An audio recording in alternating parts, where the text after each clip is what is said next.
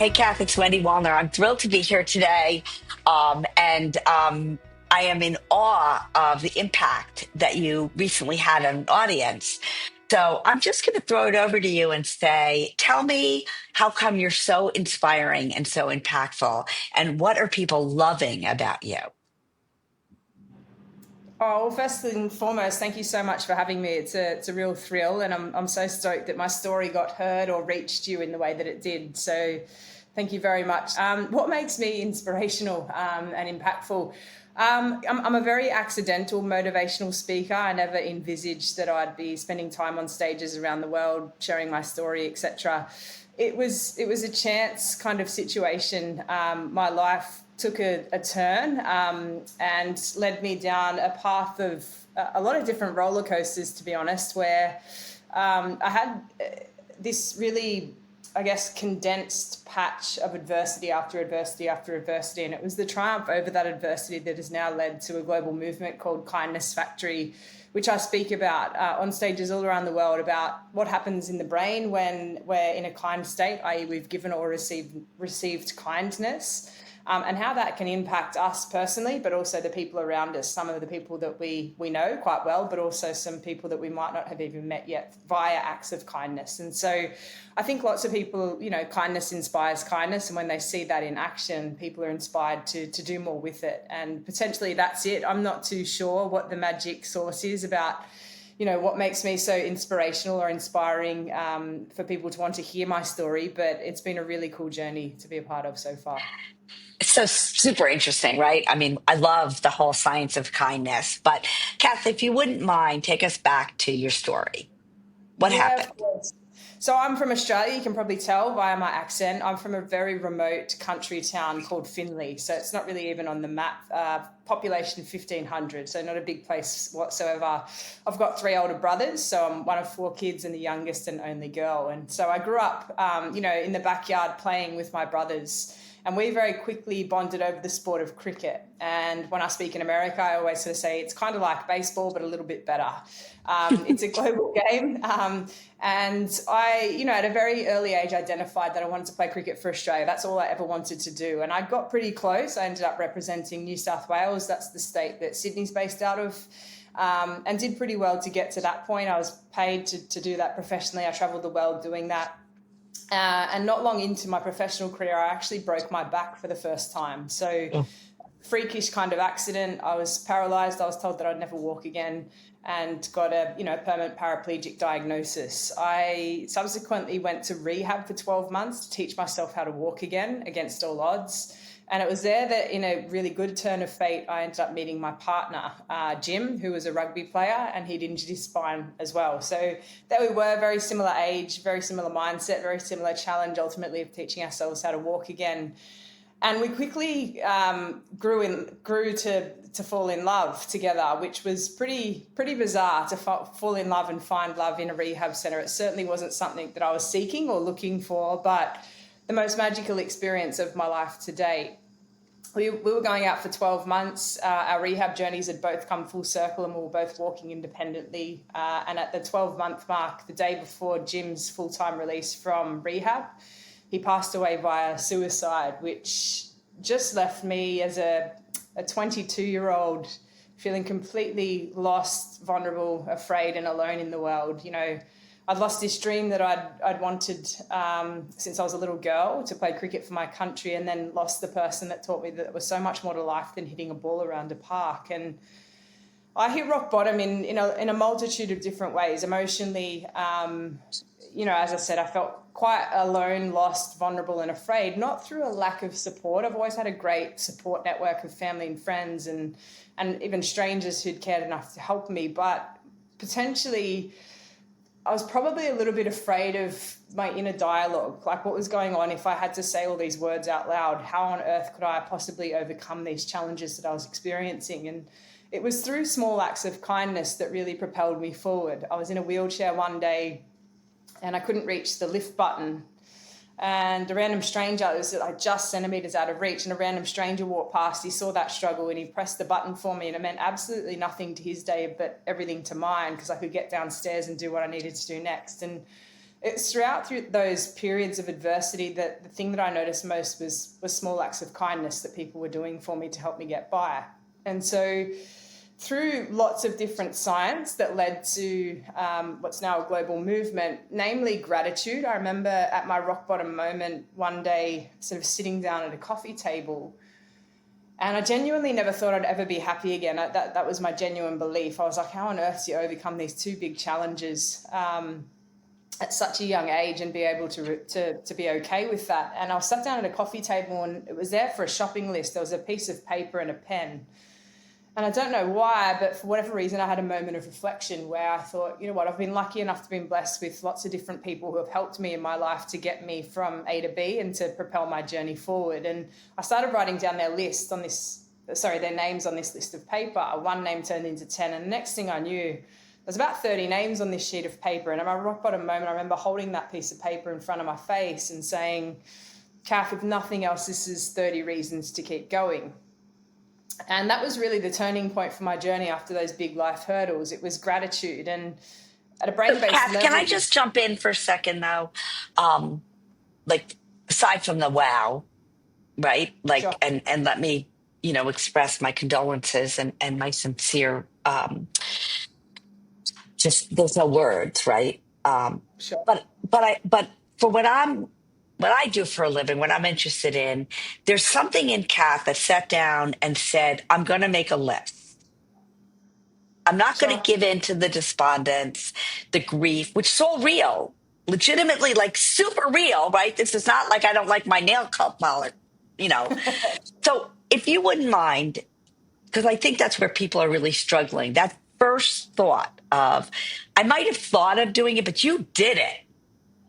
Yeah. Can you help me and people understand, how did you do that? What happened in your brain that said, okay, come on, Kat, was it tough love? What was it?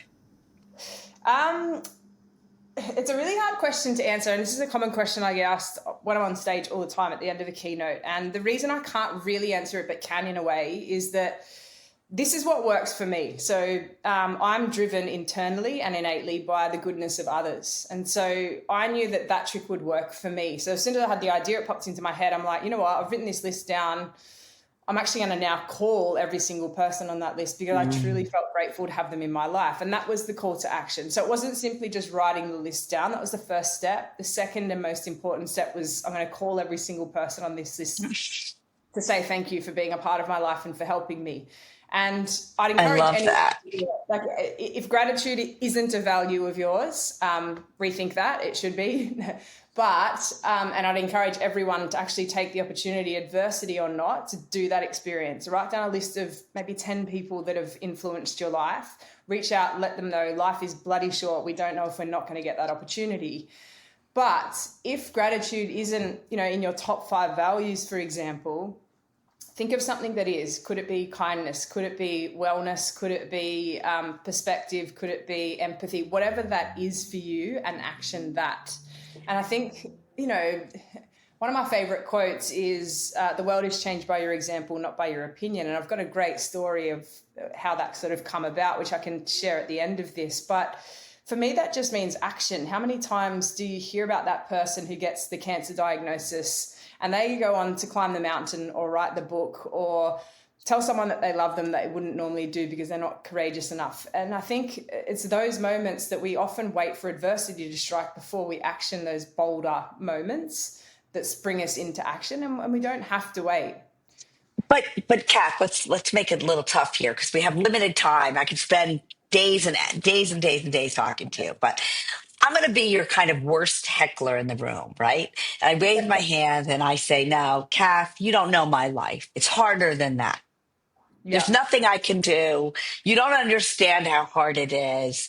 I don't like, there's nothing I can do. My life is just predetermined and it stinks. And we could put another word in there, but we won't for the sake of the podcast. What do you say to me? What do you say to that? The only person getting you, and this is the thing I had to realize in rehab when I was feeling sorry for myself, the only person getting yourself out of the situation that you're in right now, if it's adverse, is yourself. So no one's going to do that for you. we can't afford to sit in a victim mentality for too long, regardless of context and situational crises that we may sit in. There's only one person that is responsible for your future, and that is yourself, as I harsh as love that it. sounds. No, Yeah, that listen, in our country, we say that's tough love. yeah, And sure. Yeah. there's a message, right? It's a tough love, right? But so it sounds to me like there's you would say that idea of being assertively, lovingly assertive back to someone is helpful.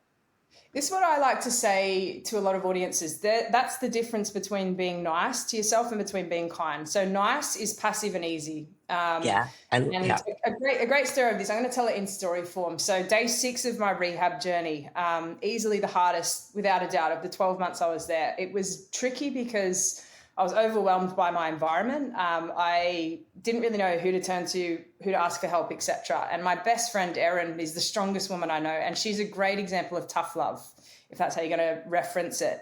I thought, she's the person closest to me in my life from a peer-to-peer perspective. I'm going to give her a call. So I gave Erin a call and I could barely get the words out. Like, I was absolutely struggling with my environment.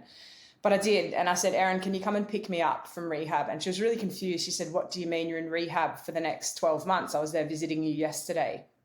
And I said, I know, Erin, if, my health deteriorates as a result or a consequence of you coming to pick me up and allowing me to leave this environment, so be it. But this is not a challenge that I can push myself towards. It is too great for me. Everyone's telling me it's never going to happen, i.e. I'm never going to walk again. And I don't think I've got it in me mentally and physically to overcome this. And I'll never, ever forget what she said to me. She said, Kath, you are my best friend. There is nothing in the world that I would not do for you. If I could trade places with you, I would in a heartbeat, but I can't. And as your best friend, that absolutely kills me to say. Here's what I'm going to promise you, though. If you pick up the phone at any hour of the day, I will answer that phone. I'll come in, I'll hold your hand, and we'll take those steps together. And that's the difference between being nice and between being kind. Nice is passive and You're making me cry, Kath.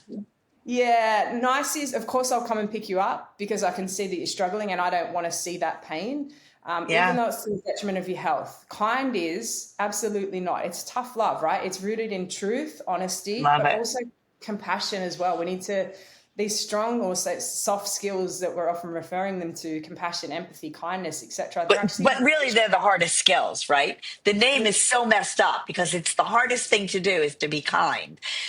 Yeah, we call them strong skills. Yeah, I consult on this stuff all around the world, and we call them strong skills. Yep.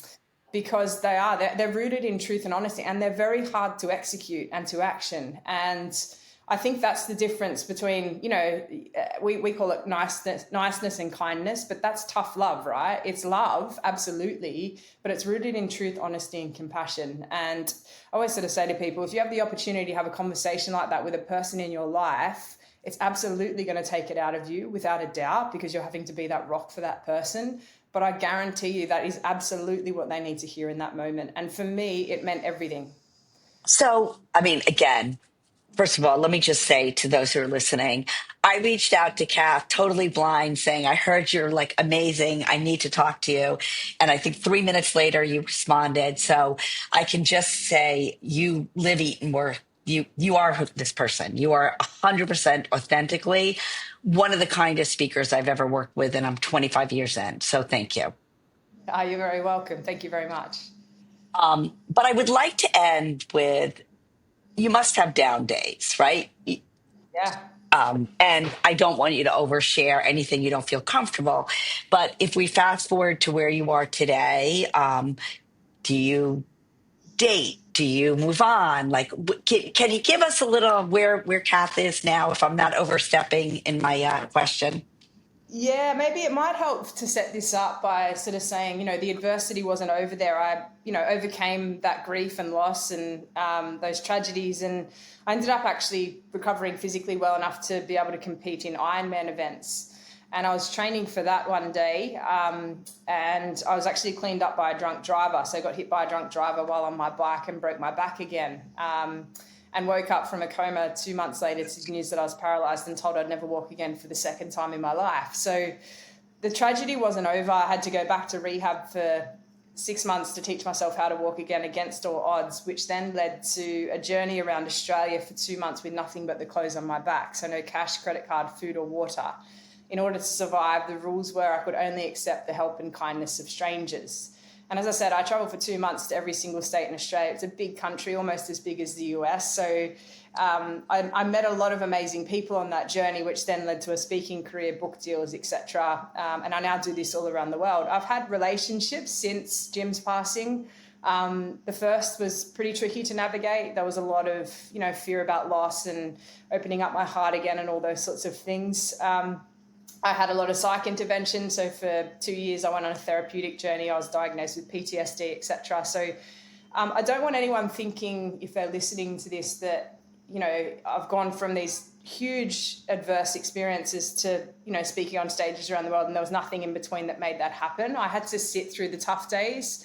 I think I mentioned up top that gratitude is quite powerful for me. With gratitude, I think optimism is sustainable. So when I was having my low days and I was able to identify, for example, one thing that I was grateful for, I had something to look forward to, which automatically made me realize today's not that great.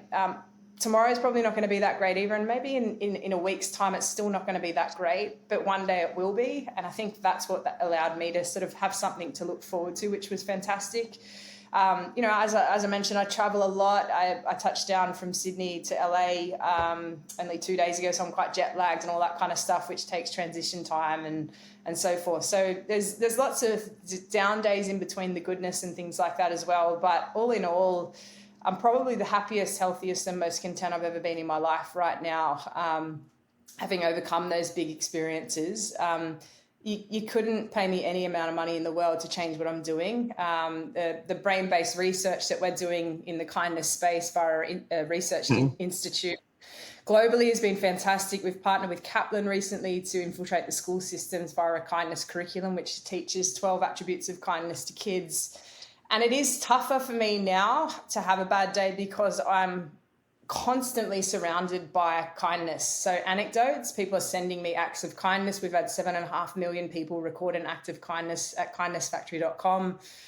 I'm consulting to businesses around the world about how important this stuff is. And, I get to speak and share my personal story, but also some of the learnings that I've taken out of the adversities that I've been through, but then also upskilling myself in academia around this kind of stuff. It's a pretty, hard task to put me in a bad mood when I get to do that on the daily. We often talk about social media and algorithms.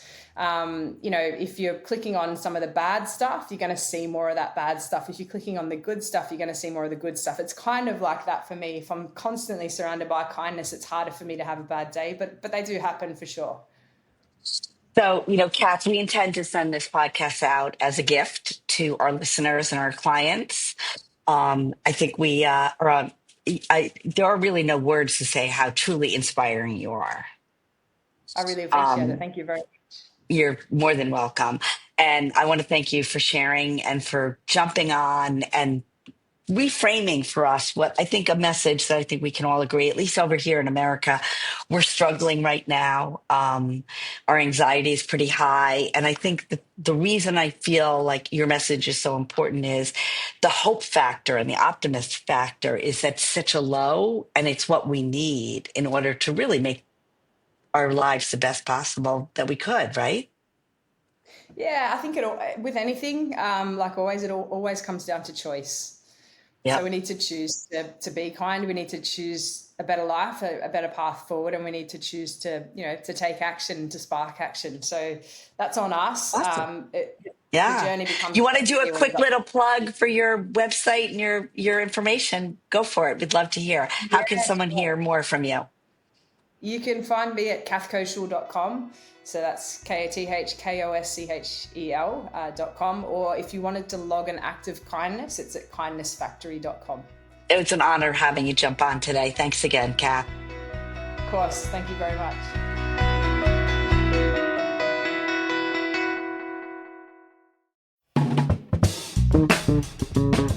This has been a production of Balancing Life's Issues, produced by me, Kai. Follow along with other BLI produced shows at balancinglifesissues.com. Got an idea for the show? email me, Kai, at balancinglifesissues.com. And be sure to follow and subscribe to this show wherever you listen to podcasts. Anything else to add, Miles? Yeah.